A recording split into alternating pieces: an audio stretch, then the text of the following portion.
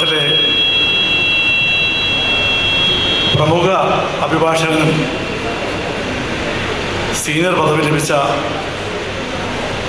കഴിഞ്ഞ 50 വർഷമായി കേരള ഹൈക്കോടതിയിൽ പ്രാക്ടീസ് ചെയ്യുന്ന ഏറ്റവും ആദരണീയനായ TP ഇബ്രാഹിം സാർ അവർ ഈ സമുദായത്തിൻ്റെ ശക്തിയുടെ ഇരട്ട എഞ്ചിനുകൾ എന്ന് പറയുന്ന ബഹുമാന്യനായ തൊടിയൂർ ഉസ്താദും കടയ്ക്കൽ ഉസ്താദും നമുക്ക് കിട്ടിയ വിശിഷ്ട അതിഥി ബഹുമാന്യനായ ഹംദുള്ള സയ്യിദ് MP അവറുകൾ, advocate KP Muhammad sir, advocate Naufal, ഈ സദസ്സിലിരിക്കുന്ന പണ്ഡിറ്റ് സദസ്സിൽപ്പെട്ട ബഹുമാന്യരെ, വേദിയിലിരിക്കുന്ന സദസ്സിലുള്ള ബഹുമാനപ്പെട്ട ഭാരവാഹികളെ, സമയം വളരെ വൈകിപ്പോയതുകൊണ്ടും നമ്മുടെ പല ഭാരവാഹികളും താമസിച്ച കാരണം കൊണ്ട് നമ്മുടെ സദസ്സ് വളരെ സൂക്ഷിച്ചിരിക്കുകയാണ്. യഥാർത്ഥത്തിൽ ഒരു ലീഗൽ ഫോറത്തിൻ്റെ മീറ്റിംഗ് വിളിച്ചു കൂട്ടുമ്പോൾ ഭാരവാഹികൾ ജമാഅത്തും ആ ലീഗൽ ഫോറത്തിൻ്റെ ഒരു ഉപയോഗം അല്ലെങ്കിൽ അതിൽ നിന്നുള്ള ഒരു വിവരം അത് സംബന്ധിച്ചുള്ള ജ്ഞാനം പരസ്പരം അങ്ങോട്ടും ഇങ്ങോട്ടും ഒരു ഷെയറിങ്ങിലൂടെ ഞാൻ നേടുകയാണ് വേണ്ടത്. പലപ്പോഴും നമ്മുടെ ജമാഅത്ത് ഭാരവാഹികളെ സംബന്ധിച്ചിടത്തോളം നിയമപരമായ ഒരു അവബോധം ഉണ്ടാക്കുന്ന കാര്യത്തിനകത്ത് വളരെ പിറകിലാണ്. ആദ്യമേ അതുകൊണ്ട് ഇങ്ങനെ ഒരു ലീഗൽ ഫോറം സംഘടിപ്പിക്കുവാനും അതിനെ മുന്നോട്ട് കൊണ്ടുപോകാനും നേതൃത്വം കാണിച്ച ബഹുമാനപ്പെട്ട ഈ 2 സംഘടനകളെയും ദക്ഷിണ ജമാഅത്ത് ഉലമയെയും ജമാഅത്ത് ഫെഡറേഷനെയും ഞാൻ അഭിനന്ദിക്കുകയാണ്. എനിക്ക് ആകപ്പാടെ ഒരു കാര്യം ചുരുക്കി പറയാനുള്ളത്, ഞാൻ ബാക്കിയുള്ള കാര്യങ്ങളെല്ലാം കൂടെ വിശദീകരിച്ചു കഴിഞ്ഞു. നമ്മുടെ ജമാഅത്തുകളെ സംബന്ധിച്ചിടത്തോളം നമ്മുടെ ജമാഅത്തുകൾ ഒരിക്കലും ഒരു ഏകീകൃത ശക്തികളല്ല. എല്ലാവരും അവരവരുടേതായിട്ടുള്ള ഒരു പ്രാദേശിക ശക്തികളായിട്ടാണ് പോയിക്കൊണ്ടിരിക്കുന്നത്. ഒരു ഏകീകൃതമായ ശക്തി ഉണ്ടാകേണ്ടതിൻ്റെ ഏറ്റവും വലിയ ആവശ്യം, യൂണിറ്റിയുടെ ആവശ്യം ഇപ്പോൾ ഈ കാലഘട്ടത്തിൽ ഉള്ളതാണ് എന്ന് ബഹുമാനപ്പെട്ട MPയുടെയും നസീർ സാറിൻ്റെയും ഒക്കെ പ്രസംഗത്തിൽ നമുക്ക് മനസ്സിലായി. ചുരുക്കത്തിലെ കാര്യങ്ങൾ മാത്രം ഞാൻ പറയട്ടെ. ഏറ്റവും ചെറിയ കാര്യങ്ങളിൽ പോലും നമ്മുടെ ജമാഅത്തുകളുടെ ഭാരവാഹികൾക്ക് ആ നിയമപരമായ ഒരു അവബോധം ഉണ്ടാകുന്ന കാര്യത്തിനകത്ത് ഇപ്പോഴും പിറകിലാണ് എന്ന് പറയാതിരിക്കുവാൻ എനിക്ക് അശേഷം മടിയില്ല.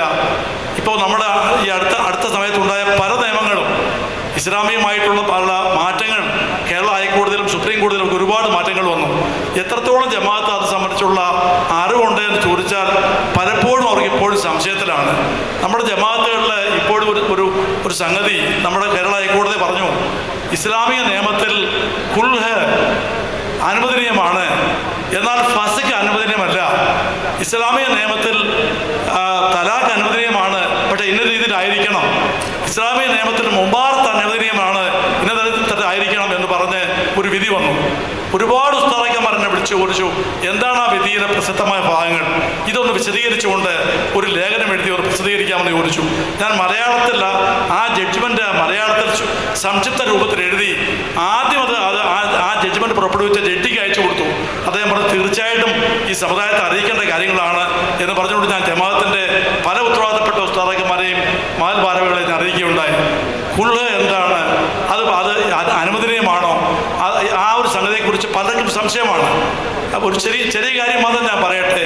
ഒരുപാട് പേർക്ക് അറിയാത്തൊരു കാര്യമാണ്. നേരത്തേക്കാണെങ്കിൽ ഈ തലാഖിനെ സംബന്ധിച്ചിടത്തോളം ഒരുപാട് സംശയം ഉണ്ടായിരുന്നു. മുത്തലാഖ് ഇപ്പോൾ നിയമവിരുദ്ധമായി പ്രഖ്യാപിച്ചു, അത് ഒരു ശിക്ഷാപരമായി പ്രഖ്യാപിച്ചു. എന്നാൽ തലാഖ് അനുവദനീയമായ തലാഖ് എങ്ങനെയാണ് എന്ന് കൃത്യമായി നിയമം പറഞ്ഞു. അത് ജമാഅത്തിനെ സംബന്ധിച്ചിടത്തോളം ഇപ്പോൾ ഏകദേശം അറിവുണ്ട്. ഖുൽഹ് എന്ന് പറഞ്ഞാൽ നേരത്തെ ഒരു മുസ്ലിം സ്ത്രീക്ക് ഒരു കാരണവശാലും അവർക്ക് തലാഖിലൂടെ അല്ലാതെ അതിന് 5-6 വർഷം ഒരു കോടതിയിൽ പോയി അല്ലാതെ വിവാഹമോചനം നേടാനൊക്കാത്ത വലിയ ഗതികെട്ട ഒരു അവസ്ഥയിലായിരുന്നു മുസ്ലിം സ്ത്രീകൾ. ഇന്നിപ്പോൾ ഒരു മുസ്ലിം സ്ത്രീക്ക് അവർക്ക് തക്കതായ കാരണമുണ്ടെങ്കിൽ, എല്ലാ തരത്തിലുള്ള അനുരഞ്ജന ശ്രമങ്ങളും പരാജയപ്പെടുകയാണെങ്കിൽ, ഭർത്താവിൽ നിന്ന് കിട്ടിയ മഹർ ഉൾപ്പെടെയുള്ള സാമ്പത്തികമായിട്ടുള്ള ബെനിഫിറ്റ് തിരിച്ചു കൊടുത്തുകൊണ്ട് തലാഖ് ഒരു പുരുഷൻ എങ്ങനെ ചെയ്യാമോ അപ്രകാരം തന്നെ സ്വയം ഡിക്ലെയർ ചെയ്തുകൊണ്ട് ഞാൻ താങ്കളെ ഖുൽഹ് ചെയ്തിരിക്കുന്നു എന്ന് തക്കതായ കാരണമുണ്ടെങ്കിൽ, അനുരഞ്ജനം പരാജയപ്പെടുകയാണെങ്കിൽ ഡിക്ലെയർ ചെയ്യാമെന്നും അതിനൊരു കോടതിയുടെ വിധി പോലും വേണ്ട എന്നും 2-3 വിധികൾ കേരള ഹൈക്കോടതി ഇപ്പോൾ പ്രഖ്യാപിച്ചു കഴിഞ്ഞു. നമ്മുടെ ജമാഅത്തുകൾക്ക് അതിനെക്കുറിച്ച്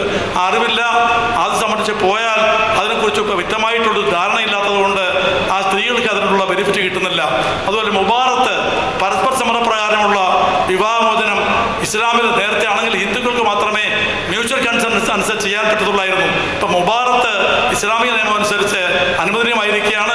ഒരു കോടതിയുടെ സ്റ്റാമ്പ് ഓഫ് അപ്രൂവൽ പോലും വേണ്ട എന്ന് പറഞ്ഞിരിക്കുകയാണ്. ഇതുപോലെ ഒരുപാട് കാര്യങ്ങൾ വഖഫിൻ്റെ കാര്യത്തിൽ നേരത്തെ പറഞ്ഞു, ഒരുപാട് കാര്യങ്ങളിൽ ഇസ്ലാമികമായ കാര്യങ്ങളിൽ നമുക്ക് അവകാശമുണ്ട്. ആ അവകാശം വെറുതെ കിട്ടിയതല്ല.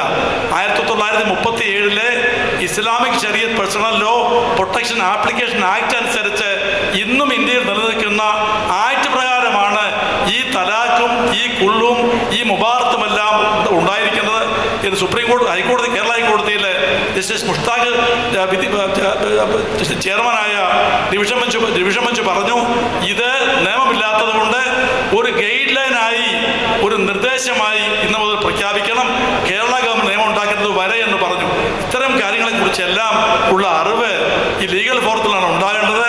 അങ്ങനെ ഒരു ഫോറം ഉണ്ടാക്കുവാനും അത് മഹലിനെ ഉപയോഗപ്പെടുത്തുന്ന രീതിയിൽ പ്രവർത്തിപ്പിക്കുവാനും നേതൃത്വം കൊടുത്ത ബഹുമാനപ്പെട്ട ജമാഅത്ത് ഫെഡറേഷനെയും ദക്ഷിണ കേരള ജമാഅത്തുൽ ഉലമയുടെയും നേതാക്കളെയും പണ്ഡിത സദസ്സുകളെയും അത് നേതൃത്വം കൊടുക്കുന്ന കേരളത്തിലെ ഏറ്റവും ബഹുമാന്യനായ ആദരണീയനായ, അതായത് നിഷ്കളങ്കതയുടെ പ്രതിരൂപമായ ഞങ്ങളെല്ലാവരും ആദരിക്കുന്ന TP ഇബ്രാഹിം ഖാൻ സാർ നേതൃത്വത്തിൽ അഭിഭാഷകരായ ഞങ്ങളെല്ലാവരും സമുദായത്തിന് വേണ്ടിയും മഹലുകൾക്ക് വേണ്ടിയും ജമാഅത്തുകൾക്ക് വേണ്ടിയുമുള്ള ഉപദേശങ്ങളും സേവനങ്ങളും യാതൊരു പ്രതിഫലവും കൂടാതെ നൽകുവാൻ തയ്യാറാണ് എന്ന് മാത്രം പറഞ്ഞുകൊണ്ടും ജമാഅത്ത് ഫെഡറേഷനും ഈ യോഗത്തിനും എല്ലാ ആശംസ അർപ്പിച്ചുകൊണ്ടും